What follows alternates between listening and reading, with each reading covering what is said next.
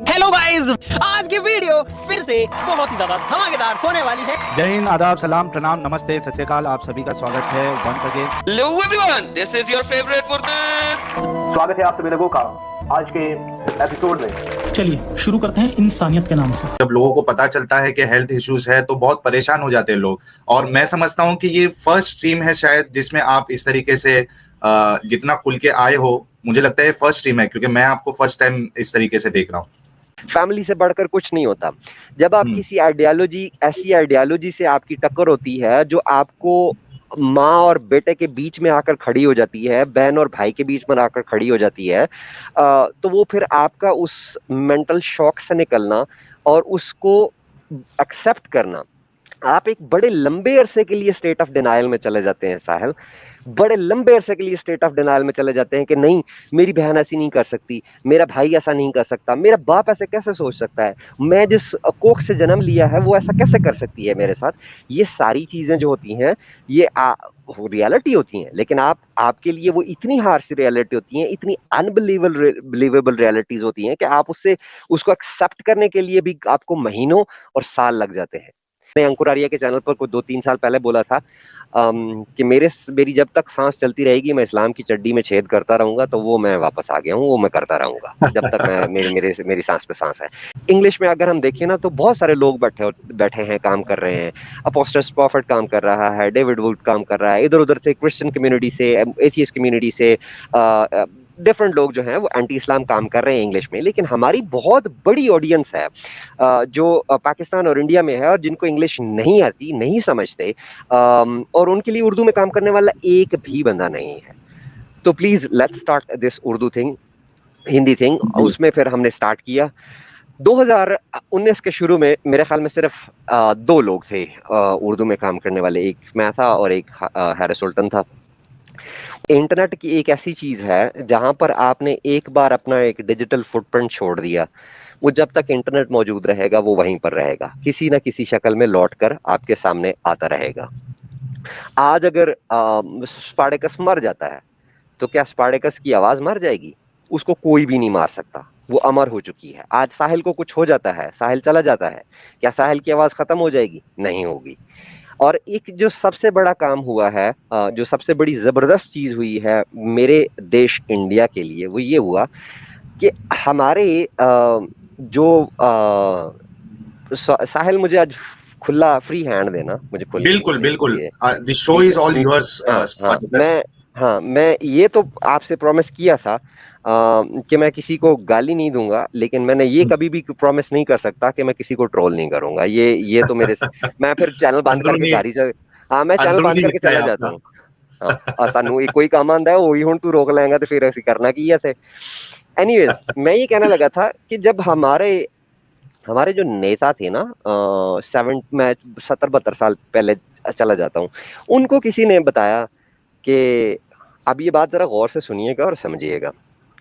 उनको ये किसी ने समझाया कि जो इंडियंस है ना, ये चूतिया होते हैं, इनको जितना मर्जी है चूतिया बना लो, कुछ भी बोल दो ये बिलीव करेंगे। उन्होंने क्या किया, इस बात को सीरियस ले लिया। उन्होंने सीरियस लेकर एक ऐसा बंदा, आप ये देखें, आप अन्याय देखें, अफसोस की बात देखें इंडियन हिस्ट्री के साथ, इंडियन यूथ के साथ, इंडियन एजुकेशन सिस्टम के साथ, कि एक ऐसा बंदा पहला एजुकेशन मिनिस्टर बनाया जाता है इंडिया का जो सारी जिंदगी स्कूल नहीं गया। उसके हाथ में इंडिया की जनरेशंस का जो है वो फ्यूचर दे दिया जाता है और उसको बोला जाता है कि हाँ भाई तू बता दे जो तूने बताना है। फिर उस बंदे की अपनी जाती एफिलिएशन वो इंडियन धरती के साथ क्या है कि वो शायद वो बंदा था जो मेरे ख्याल में शायद इंडिया की धरती पर पैदा ही नहीं हुआ था। वो कहीं मक्का मदीना और पता नहीं किधर जाके पैदा हुआ, मरा हुआ, उधर ही पला बढ़ा, लेकिन एजुकेशन मिनिस्टर वो हमारा था। फिर उसने हमारे एजुकेशन में वो घोटाले किए, वो चीजें की, उसने वो गंद फैलाया जो 72 साल से आज तक साफ नहीं हो रहा।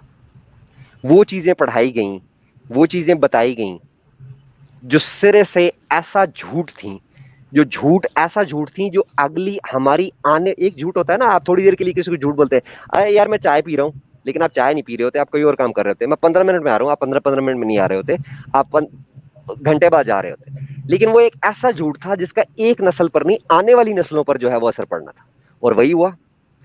आज तक हमें, मैं एक छोटी सी एग्जांपल देता हूं कि इंडिया, आपने तो स्कूल में पढ़ा होगा मुगलों के बारे में, मुगलों की नस्लों के नाम तक आपको याद होंगे क्योंकि आपने स्कूल में पढ़ा है, लेकिन आपको अपनी धरती के पुत्रों से पुत्रों का नाम नहीं पता होगा कि वो कौन थे, क्या थे, उन्होंने कैसे मुस्लिम इन्वेजन्स का फेस किया, उन्होंने कैसे रोका, उन्होंने किस तरीके से अपनी अपनी जान माल सारा कुछ सैक्रिफाइस किया इस धरती को प्रोटेक्ट करने के लिए। नहीं, क्योंकि आपके पास कहीं कहीं एनसीईआरटी में कहीं पर कुछ होगा ही नहीं, जो कुछ मिलेगा आपको प्राइवेट सोर्सेस से मिलेगा। लेकिन इस इंटरनेट का ये फायदा भी हुआ है कि एक इधर से सिर्फ इस्लाम की तरफ से नहीं हुआ, दूसरा ये है कि दूसरी तरफ जो मेरे देश के साथ हो रहा था, उसके एजुकेशन सिस्टम के साथ हो रहा था, उसकी यूथ के साथ जो हो रहा था, उसको भी प्रॉपर जो है उन्होंने एक्सपोज किया है। एक और चीज जो मैंने ऐड करनी थी यहाँ पर, साहिल थोड़ी सी इजाजत दीजिएगा। बिल्कुल बिल्कुल बिल्कुल। मैं अपने आप को आइडेंटिफाई करता हूँ एज ए फेमिनिस्ट, और वो फेमिनिस्ट मैं इसलिए आइडेंटिफाई करता हूँ कि इस्लाम एक ऐसा रिलीजन है, मेरी पैदाइश परवरिश एक ऐसे रिलीजन में हुई थी जो बेसिकली एक मिसोजिनिस्ट रिलीजन है, और वो ऐसा रिलीजन है जिसने इतनी डिस्क्रिमिनेशन की है अगेंस्ट वुमेन कि जिसका हद और हिसाब ही नहीं है। उसको, उस पे तो अकेले बैठ बैठ के एक महीने तक जो है वो पूरी पूरी स्ट्रीम्स हम कर सकते हैं। और उसमें जो डिस्क्रिमिनेशन है, देखो कोई भी चीज होती है ना साहिल, आप सोशल हवालों से बहुत सारी चीजें पढ़ते हैं, रिलीजियस हवालों से बहुत सारी चीजें पढ़ते हैं, इकोनॉमिकल हवालों से बहुत सारी चीजें पढ़ते हैं, लेकिन अगर कोई चीज होती है ना जिसे हम रिलीजन कहते हैं, धर्म कहते हैं, हमने उसका ये देखना होता है कि उसके ह्यूमन बिहेवियर पर उसके असरात क्या है। ह्यूमन बिहेवियर पर असर डालने का सबसे बड़ा हथियार क्या होता है, वो ये होता है कि साहिल देखिए, एक कहावत है कि झूठ इतने तवातुर से बोलो कि वो सच लगने लगे। आपने ये सुनी होगी कि झूठ इतनी कंसिस्टेंसी से बोलो कि वो सच लगने लगे। ये जी बात पर्टिकुलरली वो लोग जिन्होंने इस्लाम को इन्वेंट किया, इस्लाम को इम्प्लीमेंट किया और इस्लाम को प्रोटेक्ट किया और इस्लामिक हिस्ट्री को इतने लंबे समय के लिए प्रोटेक्ट करके गए कि उसके ऊपर कोई काम नहीं होने दिया अगले 1200 साल तक। उन्होंने जो जो वे आउट दिया था ह्यूमन बिहेवियर पे इन्फ्लुएंस करने का, वो बहुत जबरदस्त था। उसकी एग्जांपल देता हूं मैं। आप अगर हिंदू हैं तो आप एक हिंदू फैमिली में 4-5 लोग हैं, बेटा है, बेटी है, माँ बाप है, दादा दादी है, नाना नानी है। नाना नानी दादा दादी मूर्ति पूजक होंगे, माँ बाप जो होंगे वो शायद मूर्ति पूजक नहीं होंगे, बेटा बेटी जो होंगे वो भले सही सिरे से ही नास्तिक होंगे, चरवाक होंगे, या एथियस्ट होंगे। ये सारे लोग मिलकर रहेंगे, एक ही छत के नीचे खाना खाएंगे, एक ही घर में रहेंगे, एक ही परिवार में रहेंगे। इनमें से कोई एक दूसरे का गला जाकर नहीं काटेगा कि तूने मूर्ति पूजा की मैं तेरा गला काटता हूं, तूने मूर्ति पूजा क्यों नहीं की मैं तेरा गला काटता हूं, तू भगवान को क्यों नहीं मानता मैं तेरा गला काटता हूं, तू भगवान को मानता है मैं तेरा गला काटता हूं। ऐसा कोई भी नहीं करता। दूसरा, मंदिर कितनी बार जाते होंगे? बहुत सारी आजकल की जो यूथ है उसमें आप, कोई फेस्टिवल होता है तो कभी कभार मंदिर चले जाते हैं, या घर में एक कोने पे मंदिर बना लिया, कभी कोई टीका लगा लिया, प्रणाम कर लिया, को पूजा कर ली, पढ़ लिया कुछ तो पढ़ लिया, अदरवाइज कुछ नहीं। लेकिन ये मुझे नहीं पता कि इन लोगों ने आज से 1200-1300 साल पहले ये चीज किस तरीके से फिगर आउट की थी कि हमने ह्यूमन बिहेवियर को कंट्रोल कैसे करना है।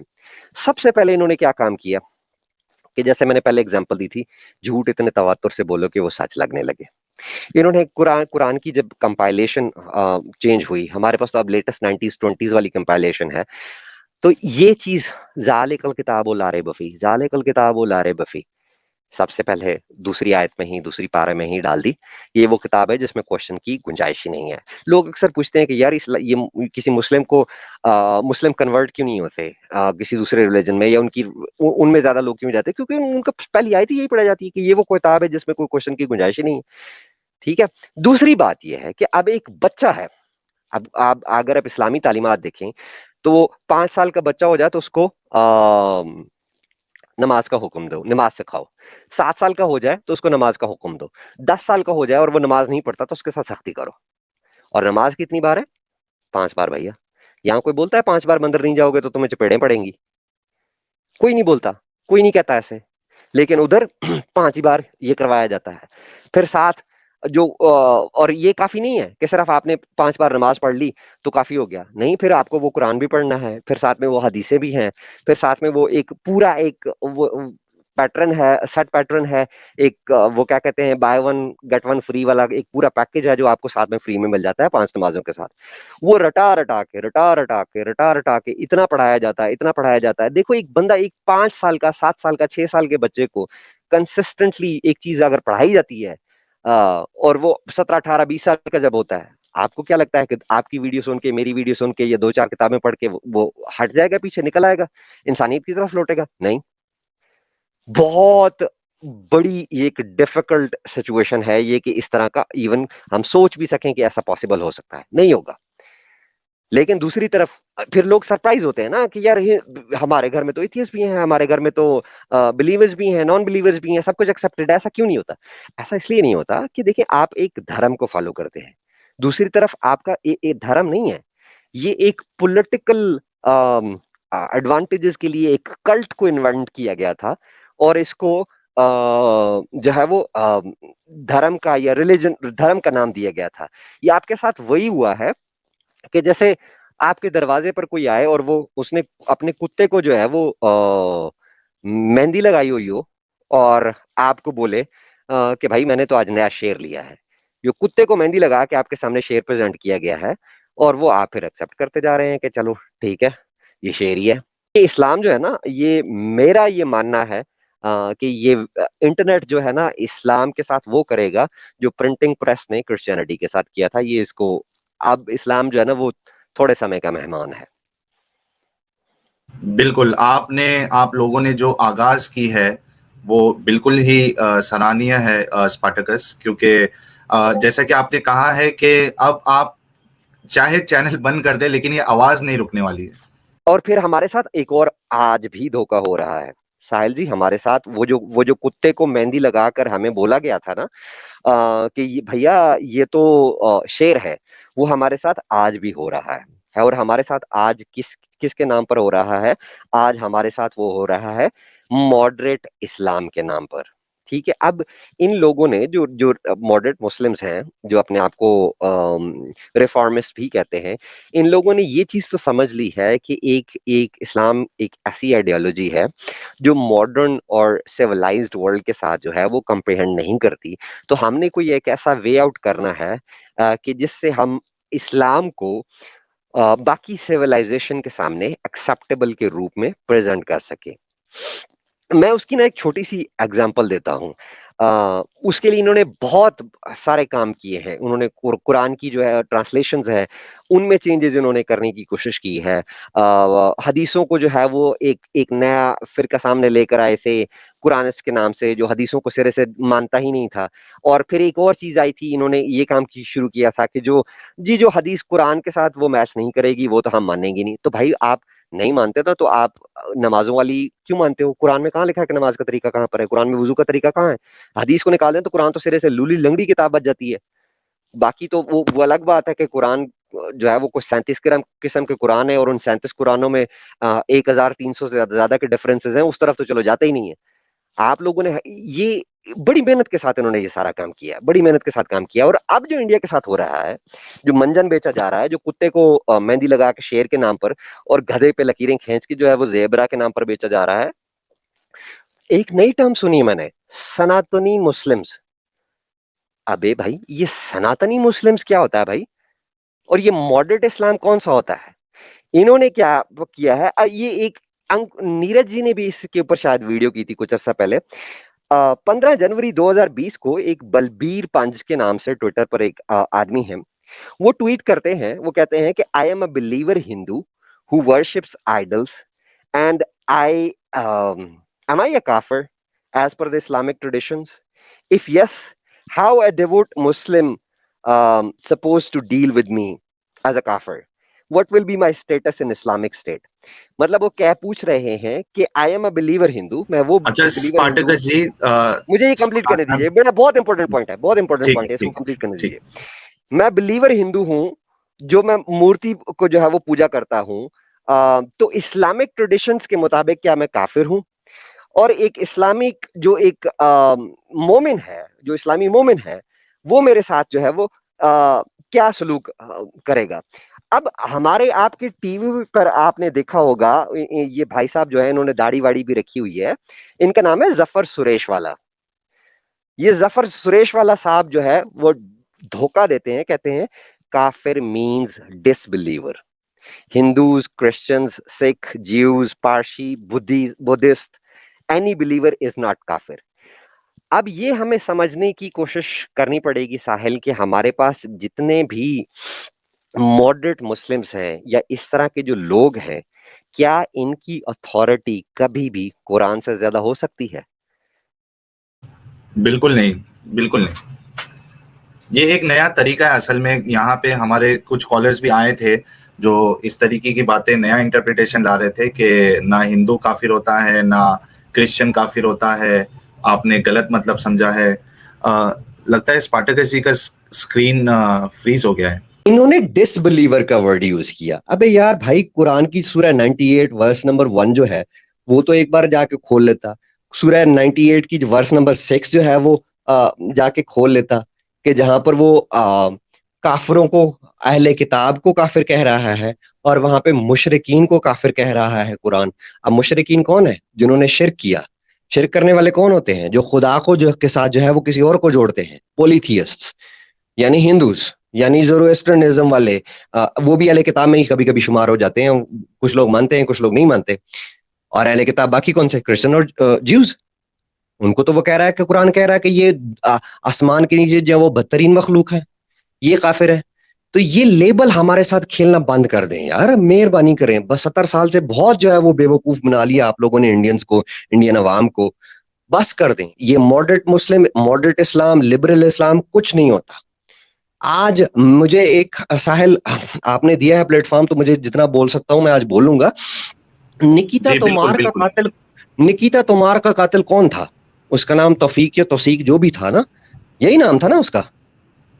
लेकिन उसके मर्डरर का नाम तो शायद वो होगा, कोई तौफीक या जो भी होगा, लेकिन उसे कत्ल आपने किया है साहिल, उसे कत्ल मैंने किया है, उसे कत्ल हर उस बंदे ने किया है जो ये बिलीव करता है कि इस्लाम, मुस्लिम जो है वो रिफॉर्मिस्ट भी हो सकते हैं, मुस्लिम लिबरल्स भी हो सकते हैं। क्यों ये पॉसिबल नहीं है? वो इसलिए पॉसिबल नहीं है कि इस्लाम आपको बचपन से जो चीज आपके पल्ले डालता रहता है ना, वो एक टाइम आता है जब वापस किक इन करती है। थोड़े टाइम के लिए आप दुनिया की रंगीनियों में, सोसाइटी में, इकोनॉमी में, लाइफस्टाइल में बिजी हो जाते हैं। आपका जो इकोनॉमिक या सोशल पहलू होता है वो रिलीजियस पहलू पे डोमिनेट कर जाता है। आप लिबरल बन जाते हैं, मॉडरेट बन जाते हैं। आप कहते हैं ना, तुम मूर्ति पूजा को, मुझे कोई फर्क नहीं पड़ता, तुम हिंदू हो, मुझे कोई फर्क नहीं पड़ता, तुम किसी भी रिलीजन से हो, मुझे कोई फर्क नहीं पड़ता, आई लव यू। लेकिन जब बच्चे हो जाते हैं, तो बच्चे थोड़े बड़े हो जाते हैं, थोड़ी उम्र आपकी गुजर जाती है, तो फिर आपको अल्लाह याद आ जाता है, आपको कब्र का अजाब याद आ जाता है, आपको फिर जो है वो हुरों का ख्वाब आने लग जाते हैं। फिर आप अपनी वो सारी उस बैक पे चल पड़ते हैं, सारी चीजें जो है वो बैकफुट पे चली जाती हैं और आपके जो कदम है वो रिवर्स पड़ने लग जाते हैं। फिर उसी बीवी को जो है वो आप इस्लाम की तरफ भी, तो वो उस हमारे इस मूवमेंट में बहुत सारी लेडीज जुड़ी हैं, खवातीन जुड़ी हैं, महिलाएं जुड़ी हैं। ये बहुत अच्छा काम हुआ है। अब जब ये स्टार्ट हुई थी, कुछ इसमें से कुछ 2-3 ने मेरे साथ कांटेक्ट भी किया था कि हमने ये स्टार्ट किया है, ऐसे किया वैसे किया। तो मैंने इन सबको एक चीज बोली थी कि ये राह चुनना एक्टिविज्म की जो है वो बहुत आसान है। आप बैठ के गूगल पे अकाउंट क्रिएट कर दें, यूट्यूब का अकाउंट क्रिएट कर दें, आके एक वीडियो बना दें, आप एक्टिविस्ट हो गए।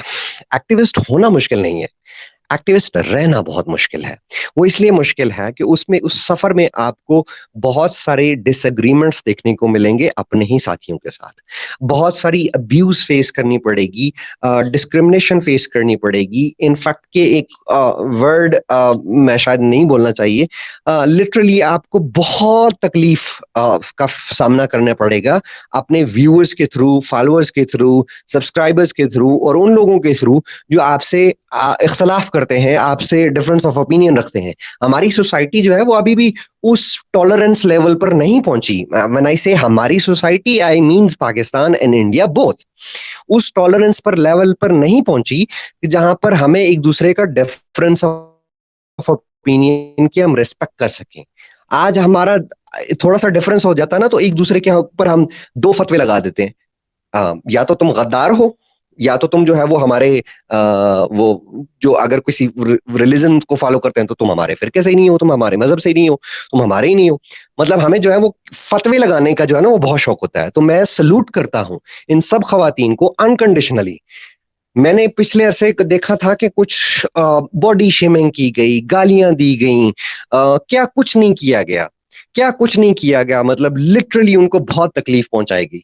लेकिन सैल्यूट है उनको जिन्होंने फिर भी उन्होंने कहा कि नहीं, हम एक्टिविज्म करेंगे, हम इस्लाम के अगेंस्ट बोलेंगे, हम ह्यूमन राइट्स पे, वुमेन राइट्स पे बोलेंगे। तो मेरा ये मैसेज था उन सबको, भले उनमें से जितनी भी किसी के साथ अगर मेरी भी डिफरेंस ऑफ ओपिनियन है, I salute to all of you and thank you for your activism, keep it up. बस ये कहना था। जी बिल्कुल स्पार्टकस। अच्छा स्पार्टकस, कुछ आप ये भी बताइए कि यानी वो जब आप मोमिन थे तो वो कौन कौन से डाउट्स, मेजर डाउट्स आपको आए थे जिसकी बुनियाद पे आपने यानी एक इस्लाम को छोड़ देना ये कोई मामूली सी बात नहीं है। इस्लाम जो है, जो मुसलमान होता है, जिस तरीके से बचपन से उसके अंदर इस्लाम को डाला जाता है, तो उसकी जो मोहब्बत और उसकी हक्कानियत, उसकी सच्चाई जो दिल में बसी होती है, तो उससे निकलना इतना आसान नहीं है। तो वो क्या आपके सामने डाउट्स आए थे? अब देखिए, अगर हम आज के एक्स मुस्लिम को अगर हम बुलाते हैं, उनसे पूछते हैं, तो जरूर कहीं ना कहीं वो कोई ना कोई एक एक्स मुस्लिम चैनल का नाम जरूर लेगा कि हमने इसको सुना था, हमने उसको सुना था, उसके बाद डाउट्स आने लगे, उसके बाद हमने फिर तहकीक की और उसके बाद हमने इस्लाम को छोड़ा। आपके साथ क्या मामला था? आपको क्या डाउट्स हुए? क्या आपने कोशिश की कि मैं कोई उलमा के पास जाकर उसको पहले उसका क्लैरिफिकेशन ले लूं? किस तरीके से आपने तहकीक की और आप इस कंक्लूजन पे कैसे पहुंचे? कुछ वो भी बताइए आप। साहिल, हर इंसान की लाइफ में अगर आप एक्स मुस्लिम है तो इस बात का आप सेकंड करेंगे कि हम लोगों की लाइफ में जो ये जर्नी स्टार्ट होता है वो एक ट्रिगर मोमेंट से स्टार्ट होता है। और ज़रूरी नहीं है कि वो ट्रिगर मोमेंट सिर्फ रिलीजन के हवाले से ही हो या रिलीजन की कोई चीज़ आपको ट्रिगर कर सकती हो। आपकी वो ट्रिगर मोमेंट घर से भी शुरू हो सकती है। ह्यूमन बिहेवियर की बात कर रहा था कि कैसे इस्लाम ह्यूमन बिहेवियर को ऑल्टर करता है और सारी ज़िंदगी जो है वो बच्चा पैदा होने के साथ ही जो है वो इस्लामिक नैरेटिव बिल्डिंग शुरू हो जाती है बच्चे के कान में अजान से ही। उसी तरीके से जो सबसे पहली जो डिस्क्रिमिनेशन मैंने देखी थी वो अपनी फैमिली में ही देख ली थी कि अगर लड़के हैं तो सुबह नाश्ते में लड़कों को पूरा अंडा मिलेगा उबला हुआ, क्योंकि लड़के ने घर चलाना है, स्कूल जाना है, उसको ताकतवर बनना है, उसने मैन ऑफ द हाउस होना है। लेकिन अगर वहीं पर लड़कियां हैं, दो लड़कियां हैं, तो उन दो लड़कियों को जो है वो आधा आधा अंडा मिलेगा। क्यों आधा आधा अंडा मिलेगा? कि पराए घर की अमानत हो, हमने क्या करना है, हमने तुम्हारा क्या करना है, पढ़ा लिखा के जो है वो तुम्हारी शादी कर देनी है।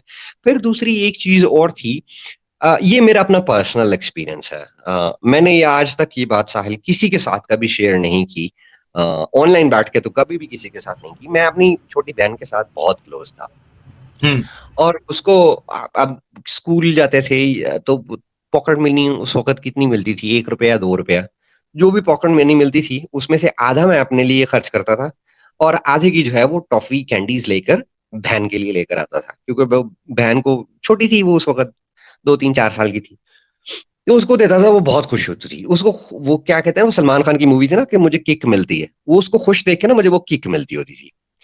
तो मुझे एक दिन मुझे याद नहीं है कि माँ ने बोला या बाप ने बोला कि इसके साथ इतने लाड क्यों करते हो, ये पराया माल है, इन्होंने अगले घर भी जाना होता है।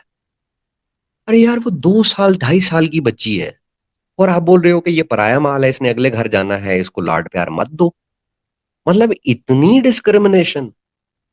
इंसान को इंसान रहने दो यार, बच्चे को बच्चा रहने दो।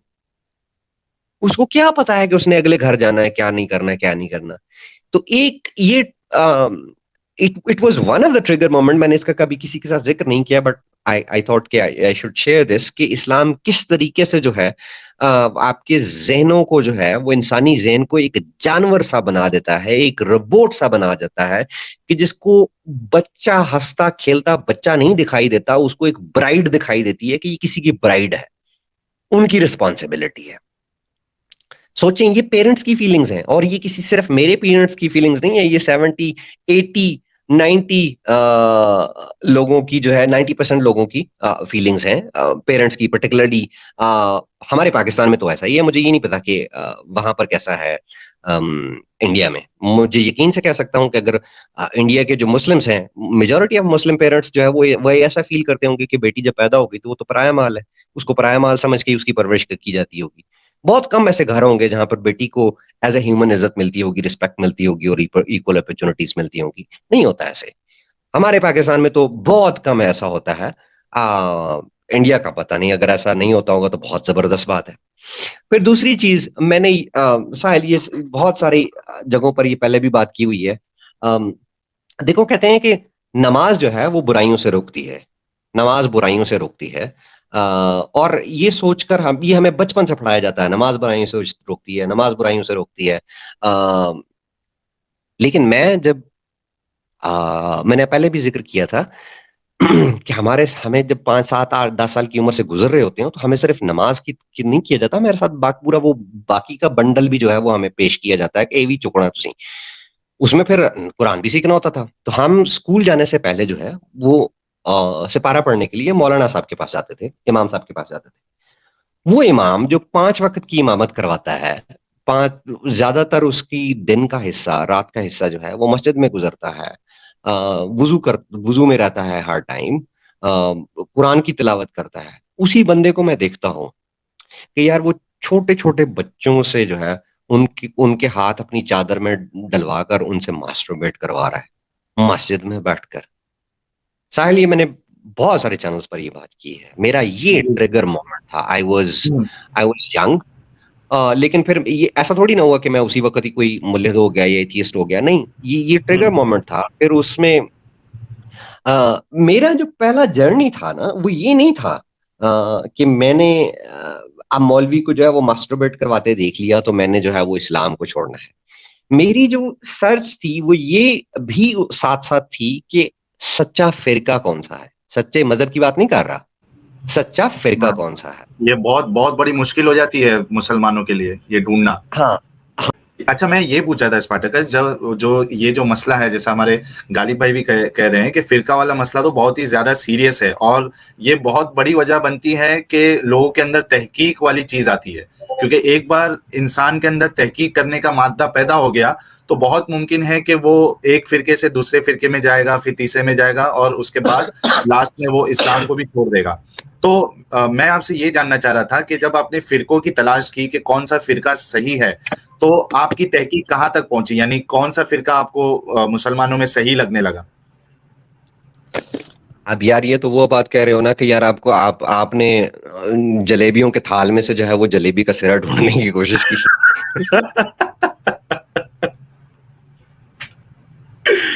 तो कोई ऐसा लगा भी या नहीं लगा कि ये इस्लाम के बहुत ज्यादा करीब है? यार नहीं, मुझे इससे फर्क नहीं पड़ता कि कौन सा फिरका इस्लाम के ज्यादा करीब है या नहीं. मुझे क्योंकि आपको मैंने बोला था कि मेरा ट्रिगर मोमेंट्स की जो मैंने बात की, जो ह्यूमन राइट्स की बात की, मुझे जो फिरकों पे तहकीक की थी वो शायद इस वजह से थी, शायद इस वजह से, मतलब मेरे कहने का मतलब ये है कि ये वजह भी थी कि मैं ये देखना चाह रहा था कि ह्यूमन राइट्स किस फिरके में सबसे ज्यादा है, कहां पर डिस्क्रिमिनेशन कम है, कहां पर जो है वो कौन सा ऐसा है जो ह्यूमन नेचर के क्लोज है और रैशनैलिटी के क्लोज है. कोई ऐसी बातें जहां पर आपकी इंसानी अकल जो है वो तस्लीम करती हो. मतलब वो स्टोरी ना हो कि यार वो एक अल्लाह के अर्श के नीचे एक फरिश्ता और वो उसकी शक्ल कुकड़ जैसी है और कुकड़ उसको देख के जाने देते हैं. मतलब ये वाली बकवास कम हो. उसमें मुझे कुरानिस्ट वाले जो है वो थोड़े बेटर लगे थे, लेकिन कुरानिस्ट वालों की फिर प्रॉब्लम ये है कि वो फिर जो है ना वो आए बाएं शाएं उसमें बहुत हो जाती है, क्योंकि कुरान खुद एक लूली लंगड़ी किताब है. और दूसरा ये है कि पीस के हवाले से जो अहमदी फिरका है, आपको ये होते, मैं सॉरी, मैं अपने खुल के जबान यूज करूंगा जो मैं करता हूं।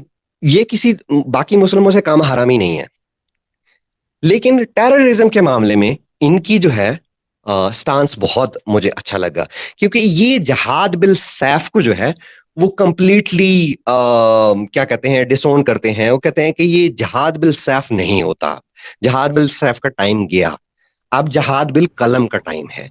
आप इर्द गिर्द अगर आपकी कम्युनिटी में अगर अहमदी मुस्लिम अगर आपके रहते हैं ना, तो आपको बहुत पढ़े लिखे और बहुत सुलझे हुए नजर आएंगे। तो ये मुझे दूसरों से कंपैरेटिवली थोड़े बेटर लगे।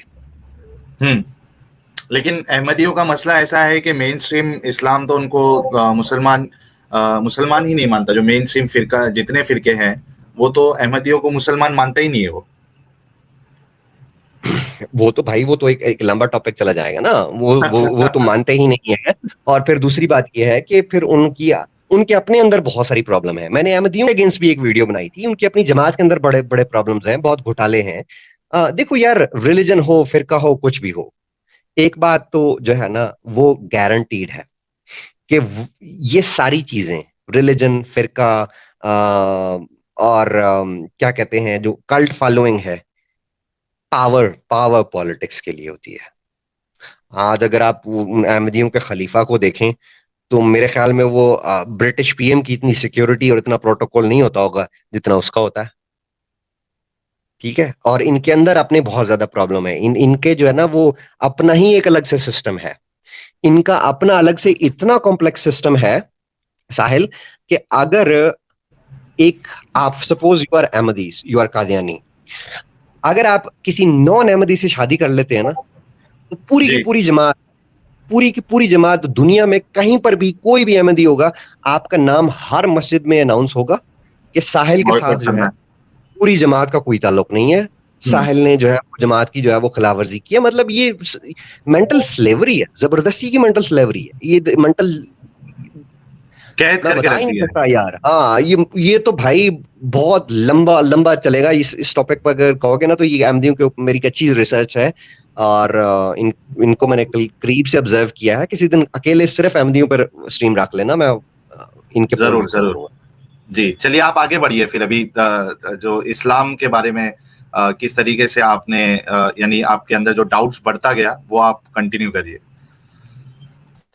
डाउट बढ़ता गया, इंटरनेट आया, रिसर्च हुई, और उसके बाद जो है वो फिर एक जो सबसे बड़ी डिफिकल्टी होती है ना साहिल, मुझे लगता है मैं किसी दिन पूछूंगा और आपको भी बताना पड़ेगा कि क्या आप इस फेज से गुजरे हैं, और अगर इस फेज से गुजरे हैं तो आपने उसको कैसे टैकल किया। I would like to know your experience as well, और आपके एक्सपीरियंस पर भी जो है वो मेरे ख्याल में हमें एक स्ट्रीम करनी चाहिए।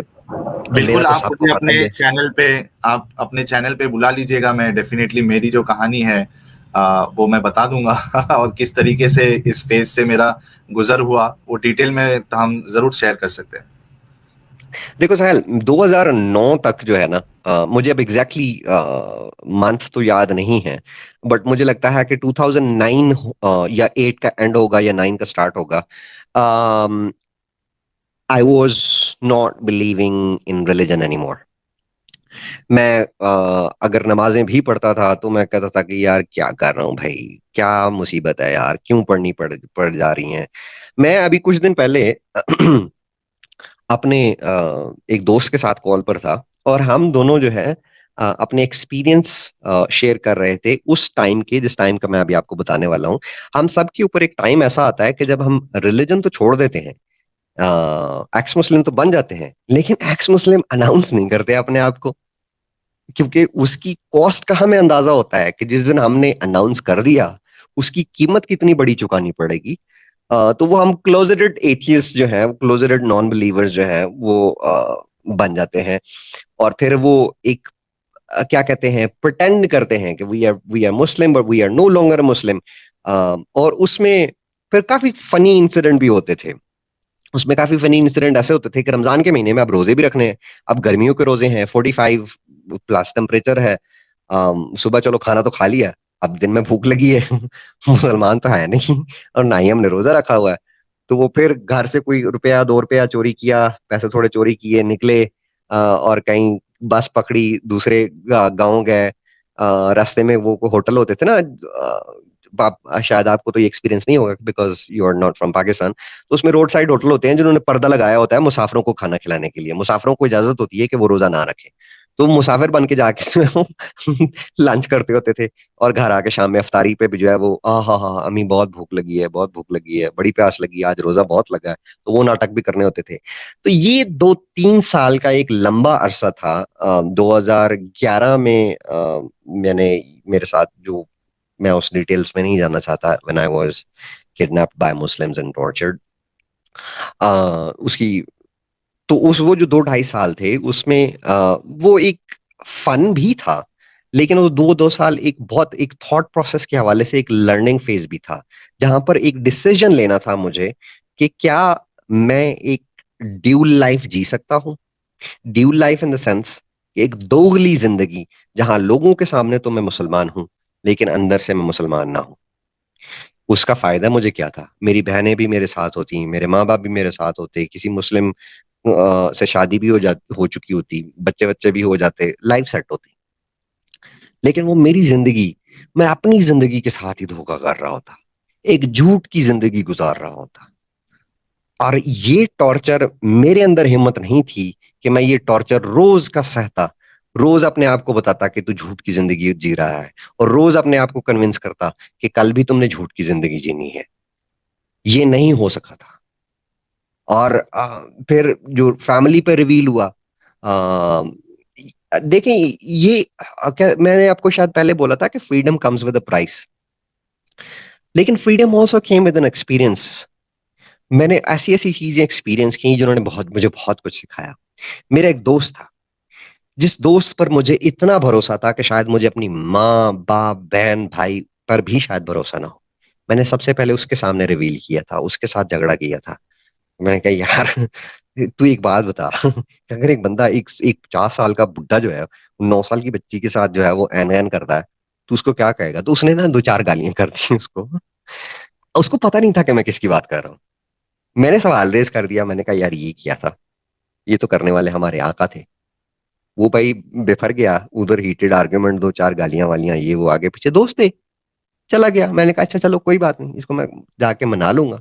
वो मेरे घर पहुंचा, मेरे घर वाले जो है, मेरे मामू जो है वो ये जो तबलीगी जमात है ना, इनके बड़े फाल और एक्टिव रुकन हैं। इतने एक्टिव रुकन हैं कि इनकी, मेरे मामू की बीवी ने खुला ले ली थी कि ये तो मेरे हकूक ही पूरे नहीं करते, तो मैं इनके साथ क्यों रहूं। मतलब वो इतने थे कि शादी तो कर ली थी लेकिन घर कभी भी नहीं टिकते थे, हमेशा वो तबलीगियों के साथ ही होते थे।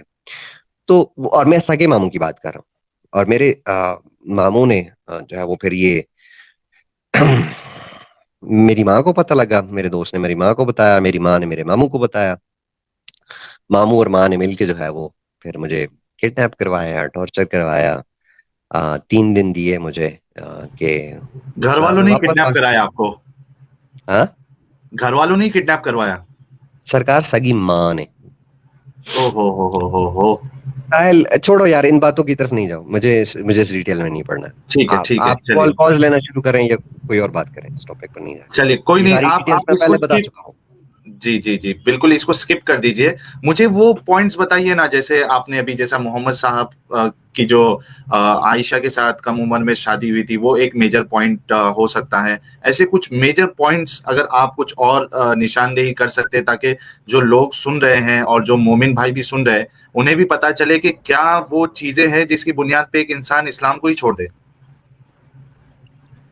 यार देखो साहिल, सिर्फ एक चीज नहीं होती या एक मोमेंट नहीं होती जिसके ऊपर जो है इंसान जो है वो किसी रिलीजन को ही छोड़ दे। फिर इस्लाम जो है वो, फिर इस्लाम सिर्फ इस्लाम नहीं है, इस्लाम कॉम्बिनेशन है 3 चीजों का: लाइफ ऑफ मोहम्मद, कुरान और हदीस। ठीक है।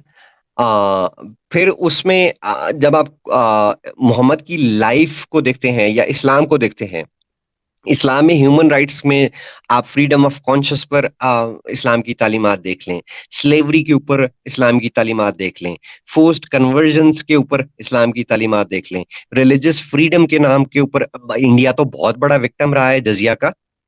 इन्होंने अभी किसी दिन खाली जजिया के ऊपर ही अगर आपने करनी हो स्ट्रीम तो I am available, most welcome. हमारे मेरे दादा के दादा जो हैं या आपके दादा के दादा जो हैं वो क्या आपको लगता है कि मुसलमान थे? हरगिज नहीं थे, हिंदू थे। जबरदस्त क्यों? देखो, एक इंडिया एक फर्टाइल लैंड है, ठीक है। यहाँ की इंडिया हो, पाकिस्तान हो, ये एरिया जो है, इनकी ज्यादातर आबादी जो है, उनका जो सोर्स ऑफ इनकम है वो किसी ना किसी तरीके से एग्रीकल्चर के साथ जुड़ा हुआ है। एक किसान जो है ना, उस किसान को ये फर्क नहीं पड़ता कि कौन भगवान है और कौन अल्लाह है। उसके लिए अल्लाह और भगवान उसका चावल है, गंदम है, उसकी कपास है, ठीक है। उसको ये फर्क नहीं पड़ता कि उसके ऊपर जो है वो हरि सिंह नलवा बैठा हुआ है या उसके ऊपर जो है वो बाबर बैठा हुआ है, मुगल बाबर बैठा हुआ है। उसको फर्क ये पड़ता है कि इस साल बारिशें कितनी होंगी। उसको फर्क ये पड़ता है कि इस साल जो है वो पानी मुझे कितना मिलेगा। ये लोग जब आए तो इन्होंने दो ऑप्शंस दिए, जजिया या कन्वर्जन। और साथ दूसरा इन्होंने जो काम किया था, ये इन्होंने भी मॉडर्न मुस्लिम इस्लाम की जो है वो कोशिश की थी। यहां पर ये सूफीज को लाने वाले कौन थे? कभी पढ़िएगा जरा इस्लाम में सूफीज्म को। ये जो सूफीज्म है, इसको इंडिया में किसने इंट्रोड्यूस करवाया? कौन लेकर आया था हिस्टोरियंस को? किसने जो है वो लिखी थी हिस्ट्री? और किसने हिस्ट्री में जो है वो घपले और घोटाले किए थे?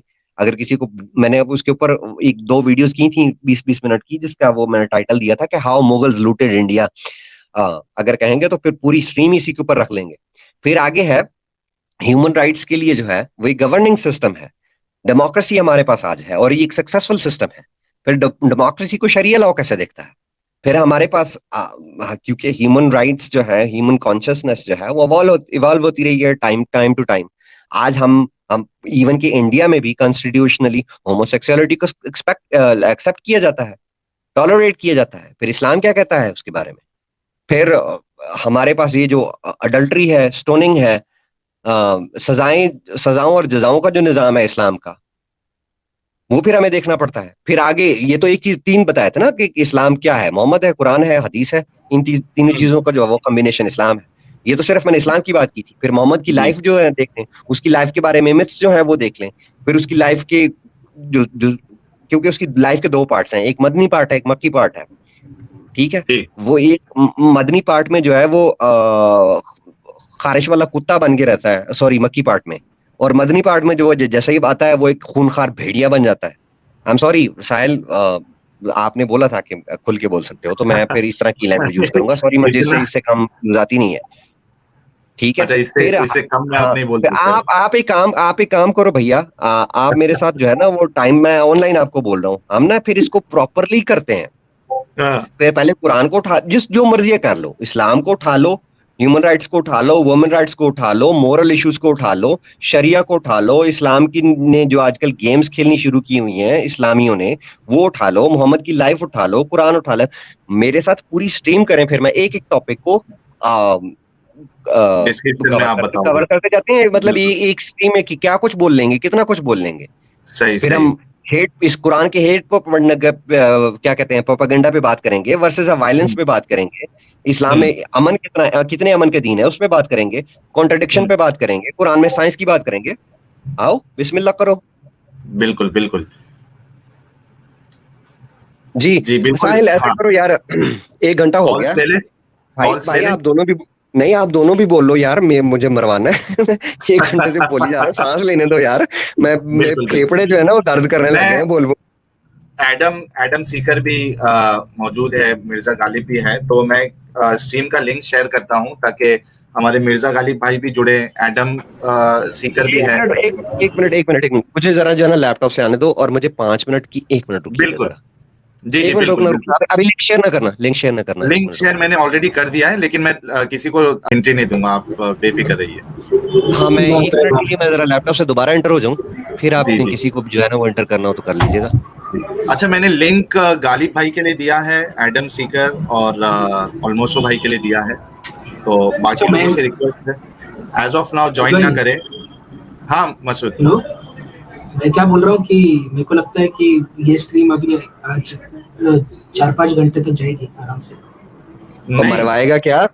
4-5 घंटे तक जाएगी? स्पार्टकस ने पहले ही कह दिया था मुझे। भाई अपने फेफड़े मुझे उधारे दे दे, मैं 5 घंटे कर लूंगा। मेरे इसका तो चित्र पड़ गया भाई।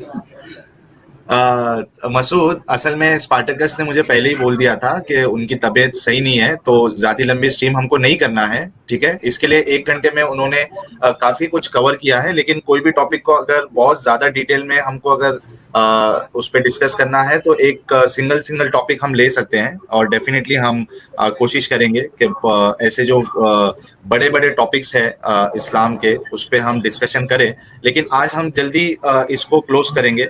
चलिए, एडम भी ज्वाइन हो गए ताकि स्पार्टकस को थोड़ा सा रेस्ट भी मिल जाए। चलो मैं चलता हूँ, फिर आप करो, मैं आता हूँ स्पार्टकस पे। बैक स्टेज पे ही है ना मसूद? हाँ आता हूँ, जरा थोड़ा एक काम है। ठीक है, ठीक है यार। स्पार्टकस बहुत भाई बहुत स्वागत है। थैंक यू साहिल भाई, बहुत अच्छा लाइव स्ट्रीम। क्वाइट फ्रैंकली मैं for the very first time Spartacus भाई को सुन रहा हूँ, मजा आ गया यार। क्या जमांदरू अल्फाज बोले हैं भाई ने, क्या बेहतरीन एग्जांपल्स दिए हैं। मैं कहता हूँ यार, मैं दिल जो है ना वाग हो गया, और मैं कह रहा था यार ये ऐसा शख्स। खुश हुआ, इतना खुश हो गए एडम स्ट्रीम से ही चले गए। कनेक्शन ही उनका डाउन हो गया अच्छा वो देखना जरा मेरा दूसरी तरफ से आया कि नहीं आया। मैंने लैपटॉप से एंटर होने की कोशिश करूं। नहीं, वो नहीं आया अभी तक नहीं, मैं खुद इंटर होने। 1 मिनट रुकना जरा, इनको दोबारा ले लो अगर बैठे हैं तो। हाँ, शायद वो एडम जी का शायद कनेक्शन का इशू होगा, तो वो फिर से ज्वाइन कर लेंगे। गालिब भाई, लिंक शेयर किया है मैंने, प्लीज ज्वाइन करो। मिर्जा गालिब भाई से रिक्वेस्ट है कि वो आ जाएं, कमान संभाल ले। मैं दूसरे से आ रहा हूँ। जी, उसको ऐड कर लूं मैं?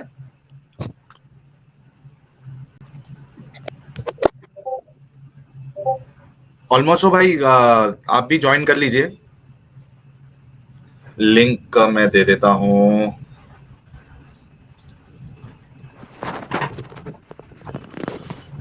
यार ये मुझे अपना ही दो नजर आ रहे हैं। अच्छा ये लैपटॉप पे मैं ही हूँ। हेलो साहिल। सॉरी भाई, मैं बात कर रहा था और मेरा ब्राउजर क्रैश हो गया, पता भी नहीं लगा। सो एडम इतने खुश हो गए आपके, आपका कनेक्शन ही ब्रेक हो गया। यार आपको अंदाजा नहीं है मैं कितना आज खुश हूँ यार, ये भाई की बातें सुन के ना। भाई जो छक्के मारते हैं लेफ्ट राइट किस्म के, मेरा तो इमरान खान के भी छक्के ऐसे नहीं है जैसे इन्होंने मार दिए आज। मतलब आपको मेरी इंसल्ट करनी थी तो इमरान खान के साथ ही कंपेयर करके? लाहौल वला कुव्वता इल्ला बिल्लाह यार, छक्कों की बात कर रहा हूँ, उसकी प्रेसिडेंसी की बात नहीं कर रहा। छक्के तो नवजोत सिंह सिद्धू भी मारता था, छक्के तो विराट कोहली भी मारता है, मतलब इमरान खान क्यों यार? वो पपट यार पपट के साथ ही मिलाना था यार। भाई वो पाकिस्तानी हूं ना, तो उसी का नाम जेन में रहता है ना यार, समझा करें अब। वो बाबर आजम कह देना यार। वो कौन है? आप पता लग गया तुसी पाकिस्तानी नहीं है, जो बाबर आजम नहीं जानते ना, तो फिर तुसी पाकिस्तानी भी नहीं जे यार। हैगा तो पाकिस्तानी है, लेकिन मैच असली टाइम ही नहीं मिलता सी, पढ़ाइयां शराइयां करते रहे सारी उम्र से, और टाइम ही नहीं लभ्या। लेकिन बहरहाल बहुत मजा आया मेरी जान, बहुत अच्छा लगा। और ऐसे एक्स मुस्लिम्स जो इस तरीके से बात करें, they are very few. Quite frankly मैंने भी कभी इस तरीके से बात नहीं की और देखा नहीं। मैं इस्लाम के अंदर ही सिर्फ घुस के तो उसी को तोड़फोड़ कर रहा होता हूँ हमेशा। लेकिन आई रियलाइज के यार, ये how you said these things, it's right on spot. Like the first 20 minutes of your discussion was like wow, like मजा आया। किसी बंदे ने ना बिल्कुल यार कमाल है यार, वो जो सही हमारी देसी एग्जांपल्स देगा ना, कुत्ते नु मेहंदी लगा के थे यार, मैं कहता हूँ यार एकदम से, you know, I was amazed. I don't have words to say how you actually described it. It was lovely. God bless you यार। Thank you so much. एक और चीज कहनी है मुझे साहिल। हमारे एक मुझे इंस्टाग्राम पर और ईमेल वगैरह पे, व्हाट्सएप वगैरह पे बच्चे ढूंढ के 18 साल के बच्चे, 20 साल के बच्चे, अब मैं 34 साल मेरी उम्र है, तो मैं कह सकता हूँ इनको बच्चा, मैसेज करते हैं, इस सवाल का जवाब दें, उस सवाल का जवाब दें, इस सवाल का जवाब दें। बच्चों, मेरा एक मैसेज है आप सब के लिए और हर उस बंदे के लिए जिसके जहन में कन्फ्यूजन चल रही हैं। देखो, आपके लिए इतना काफ़ी है कि आपने एक रिसर्च कर ली, एक तहकीक कर ली कि अपने आप को एक एग्नोस्टिक सिचुएशन मान लिया है। देखिए, आपको जरूरी नहीं है कि खुदा को डिसप्रूव करना है कि खुदा नहीं है। आपको ये भी जरूरी नहीं है कि आपने खुदा को प्रूव करना है, क्योंकि इन दोनों चीजों का कोई भी ऑब्जेक्टिव प्रूफ हमारे पास नहीं है। ना तो ऑब्जेक्टिवली गॉड प्रूवन है और ना ही उसकी नॉन एग्जिस्टेंस जो है वो प्रूवन है। तो आपको हर चीज का मास्टर नहीं बनना है अपने आप को इस क्लोजेट से बाहर निकलने के लिए, रिलीजन के क्लोजेट से, कि जब तक मेरे पास हर चीज की जो है वो कंप्लीट मेरे पास नहीं हो जाती, मैं इससे नहीं आ सकता। वो आपको एक ऐसे घन चक्कर में डालेंगे कि फिर आप घूमते ही रहेंगे, घूमते ही रहेंगे, घूमते ही रहेंगे। द मोमेंट जब आपके पास इतने कंक्लूसिव एविडेंस आ जाए कि आपकी जिंदगी रिलीजन के बगैर गुजर सकती है, सबसे पहला सवाल पूछें अपने आप से। जब आप इस स्टेज में आए जहां आप सवाल पूछने लगे, तो सबसे पहला सवाल ये पूछें, क्या मुझे अच्छी जिंदगी और अच्छा इंसान बनने के लिए, अच्छी जिंदगी गुजारने के लिए किसी मजहब या खुदा की जरूरत है? अगर इसका जवाब मिल जाए कि नहीं, तो फिर आपको मजीद जो है इस चक्कर में जिंदगी गुजारने की, अपना वक्त बर्बाद करने की जरूरत नहीं है। आप बाहर आ जाएं। उस टाइम को, जो टाइम आप इन घन चक्करों में गुजारेंगे, उस टाइम को अपनी सोशल और इकोनॉमिकल सिचुएशन को बेटर बनाने के लिए लगाएं, अपनी एजुकेशन की तरफ लगाएं, फैमिली की तरफ लगाएं, सोशल सर्विस के लिए लगाएं। उस टाइम का अच्छा वो क्या कहते हैं, इस्तेमाल को क्या कहते हैं, उपयोग मेरी हिंदी जरा थोड़ी कमजोर यार है आप इंडिया से, बाय द वे, इंडिया से हैं कि पाकिस्तान से हैं? यार। लोरी है, लोर दे नाल और कहंदे ताड़ी खैर हो जाए, क्या बात है जी। फिर तभी तो मैं कहता केड़ा हूँ, इंडिया। तभी तो मैं कहता हूँ कि ये साहिल भाई का चैनल जो है ना इतना शफाफ है। जो शुरू में आपने पहला सेंटेंस बोला ना, वही भी मैंने मैसेज किया था, यार ये बंदा जो रहेगा ना सही है। जब आपने कहा ना कि यार थोड़ी सी तो ट्रोलिंग करने देना यार हम लोग रह ही नहीं सकते, पंजाबी नहीं रह यार सकते ट्रोलिंग के बगैर। मैं वही कहना सी, हुन लोरी होए ते ओ जुगता ना करे ते ओनु बदहजमी हो जानी है थोड़ी देर में। बिल्कुल right on spot, right on spot हाँ, यार। हाँ। आपका चैनल भी यार शेयर करो यार, मैं सब्सक्राइब भी करूंगा। और मैं चाहूंगा कि आप मेरे चैनल पे भी आके गपशप लगाओ थोड़ी सी। वैसे मुझे आपके ऊपर बड़ा अफसोस है कि यार आप मुझे जानते, मतलब पाकिस्तान के सबसे बड़े एथियस्ट चैनल को आप नहीं जानते, Urdu sir I channel. Am क्या सो बात सॉरी है। About that, sir I am so sorry about that. असल में मैं जब एक्स मुस्लिम हुआ था ना, तो मेरे को यही था कि एक्स मुस्लिम बस ये अमेरिका और यूरोप में ही है, पाकिस्तान में एक्स मुस्लिम कोई हो ही नहीं सकता। ये तो आहिस्ता आहिस्ता लोगों ने मुझे, चंद एक लोगों से, मतलब सच बोल टीवी वालों से इंट्रोड्यूस कराया, लोगों ने इंट्रोड्यूस कराया। मैं वो ताड़ी खैर हो जाए, पाकिस्तान में भी इतने पोस्टेड बैठे हुए हैं। सो क्वाइट फ्रैंकली मुझे बिल्कुल नहीं पता था। मैं आपको एक जुगत मारने लगा हूं, और जो सर मारने लेडीज सर। बैठी हुई हैं, खवातीन बैठी हुई हैं, उनसे भी माजरत, साहिल से भी माजरत। वो मैं ये कहने लगा था कि ਅਸੀਂ ਬੁੰਡ ਰਗੜ ਰਗੜ के बटन जिन्नी कर ली तो ਤੁਹਾਨੂੰ पता भी नहीं लगा। सर मैं लोगों दी बुंडा नहीं ना देख रहा होंदा। मतलब हद नहीं हो गई यार, कि यार हम एक्टिविज्म कर करके मर गए, 2011-12 से लगे हुए हैं और आप आज कह रहे हैं। मैं तो बता रहा था कि हम लोगों का तो एक्टिविज्म जो है वो बहुत बहुत पुराना है। इसकी पीक के years भी हमने देखे हैं, इसका डाउनफॉल भी देखा है, इसका स्टार्ट भी देखा है। पाकिस्तान में बहुत एथियस्ट की बहुत बड़ी तादाद बैठी है। आपको आईडी, मैं अभी हारिस ने कुछ अर्सा पहले अपने चैनल पर एक ईरान से रिलेटेड जो है वो एक शेयर किया था, एक सर्वे। और अली रिजवी के साथ, अली रिजवी कनाडा में होते हैं, एक्स मुस्लिम हैं, वो भी एथियस्ट हैं। मैं उनके साथ एक प्राइवेट मीटिंग में था, और अली रिजवी ने एक बड़ी खूबसूरत बात बोली थी, मैं उसको अक्सर कोट करता रहता हूँ। अली रिजवी ने ये कहा था कि the day Muslim countries, the 13 Muslim countries who have apostasy laws, Yes the sir. days these laws will be eliminated, or these countries will abandon these laws, though all these Muslim majority countries will convert into Muslim minority countries. Amen. थोड़ी बात यार मैं ये बताऊं, ये कारादावी की आप अगर तकरीर सुनो, जो कि कारादावी एक प्रोफेसर है अल अज़हर यूनिवर्सिटी का, which is the largest university in the world, right. उसने अपनी तकरीर में ये बहुत बोली हुई है कि अगर अपोस्टेसी लॉ ना होते और अबू बकर मोहम्मद के मरने के बाद 1.5 साल अपोस्टेसी की हिर्बुर्रेदा अपोस्टेसी वॉर्स ना करता तो आज इस्लाम का नामो निशान ना होता, मोहम्मद की डेथ के बाद इस्लाम खत्म हो चुका होता। So this is the apostasy law which is saving Islam. Otherwise ये लॉ खत्म कर दो। अगर मेरे अपने ही जानने वाले, मेरे अपने ही खानदान वाले मुझे कत्ल करने के ऊपर ना होते, तो मेरे पास ये टारगेट का साइन ना होता, मेरी शक्ल देख रहे होते आप लोग, और मैं यहाँ पे खड़े होकर इस्लाम की माँ बहन एक कर चुका हूँ ऑलरेडी, लेकिन बगैर फेस के करता हूँ, लेकिन मैं फेस के साथ इसकी माँ बहन एक कर देता अगर ये लॉज मौजूद ना होते। एडम थोड़ा सा कंट्रोल करिए। कंट्रोल तो सॉरी यार, वो पंजाबी आ जाती है ना बीच में तो वो फिर एक हो जाती है। मैं समझ साहिल, सकता हूँ, आप बहुत आप और कॉल्स को ले लें साथ में, क्योंकि मेरे पास टाइम चलिए, थोड़ा बचा है, तो बाकी कॉल्स को भी लेते बिल्कुल। हैं। एडम, थैंक यू सो अच्छा, मच, आते रहिए, बहुत अच्छा लगा आपसे बात सर करके। अपना चैनल प्लीज सेंड कर दे प्राइवेट चैट में, मैं सब्सक्राइब करूं। जी साहिल प्लीज लिंक सेंड कर दीजिएगा, मेरे पास जो है जी, ना वो थोड़ी ऑप्शन मुझे नहीं पता, ये बिल्कुल स्ट्रीम बिल्कुल, यार्ड से थोड़ा सा मैं मिलेंगे, शेयर प्लीज कर देता लिंक हूँ। सेंड कर दें। जी जी। अच्छा, एक फिर से मैं लिंक, स्ट्रीम यार्ड का लिंक भी शेयर कर देता हूँ। एक मोमिन हजरत कॉलर इब्राहिम हमारे किधर साथ। गए? कौन? हजरत इब्राहिम किधर गए? वो कुछ मीटिंग के लिए गए हैं, वो जुड़ जाएंगे। स्वीटी जी का मैसेज है, पंजाबियन दी बल्ले बल्ले। साहिल, तुम भी जो है ना वो पंजाबी वैसे बोलते हो जैसे वो 3 इडियट्स मूवी में ना चतुर बोलता था हिंदी। अच्छा, वो फील नहीं आ रहा है। हाँ, हाँ, हाँ। नहीं नहीं, तुम अरे जब पंजाबी पंजाबियन बोलते हो दी मुझे वो बल्ले वाली बल्ले। फील वो वाली फीलिंग आती है। हाँ, तो क्योंकि मैं सिर्फ रीड कर रहा हूँ ना, अभी वो सीखना पड़ेगा। पंजाबी की आएगी ना तो मैं खुद ही पढ़ लूंगा, आप रहने दें। बिल्कुल। अच्छा, एडम और स्पार्टकस सिर्फ एक चीज का ख्याल रखें, मैं अभी कॉलर्स को ले रहा हूं, तो please be respectful to our callers. We don't हाँ, हाँ, वांट टू। जी, ट्रोलिंग की तो गारंटी नहीं हम है, गाली नहीं लेंगे।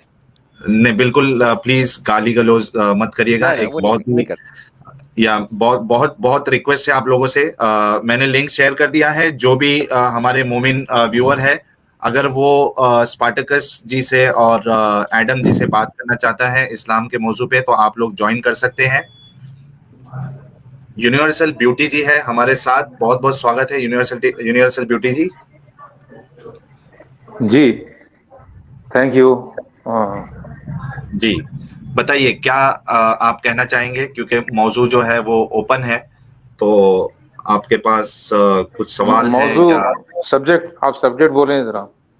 नहीं? आज कोई स्पेसिफिक सब्जेक्ट नहीं है, तो आप कोई भी मौजू पे, हमारे साथ 2 मेहमान हैं, तो आप उनसे जो भी सवाल करना चाहते हैं, आपको कुछ उन्होंने जो एतराज बताया है इस्लाम को लेकर, उस पे आपको जवाब देना है, काउंटर करना है, या आपको उनसे कुछ सवाल करना है, तो बिल्कुल आप पूछ सकते हैं।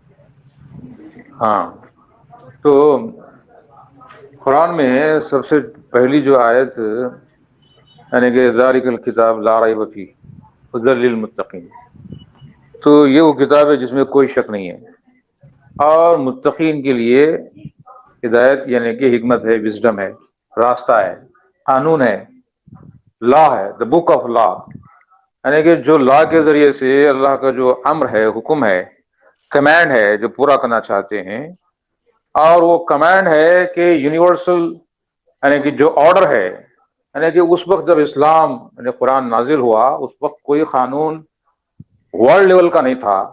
अभी आदमी जो है एक इलाके से दूसरे इलाके को जाने ही लगा था, यानी कि अभी बहरी सफर यानी समुद्री रास्ता भी खुला नहीं था, लोग थोड़ा थोड़ा जो ना करके सफर कर रहे थे।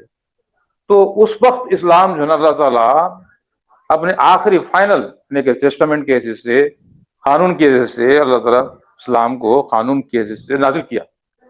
तो एक्चुअली दीन वल हुदा, दीन यानी कि ऑर्डर, और हुदा यानी कि लॉ, यानी कि लॉ एंड ऑर्डर, इसको मुफस्सिरीन बदल दिए हैं। इसको जो है, जब किसी इंसान के अंदर से जब जान निकल जाती है तो वो डेड बॉडी रह जाती है। उसी तरह से जब ये लॉ एंड ऑर्डर नहीं रहता, ये दीन वल हुदा नहीं रहता, वो कहीं स्टैब्लिश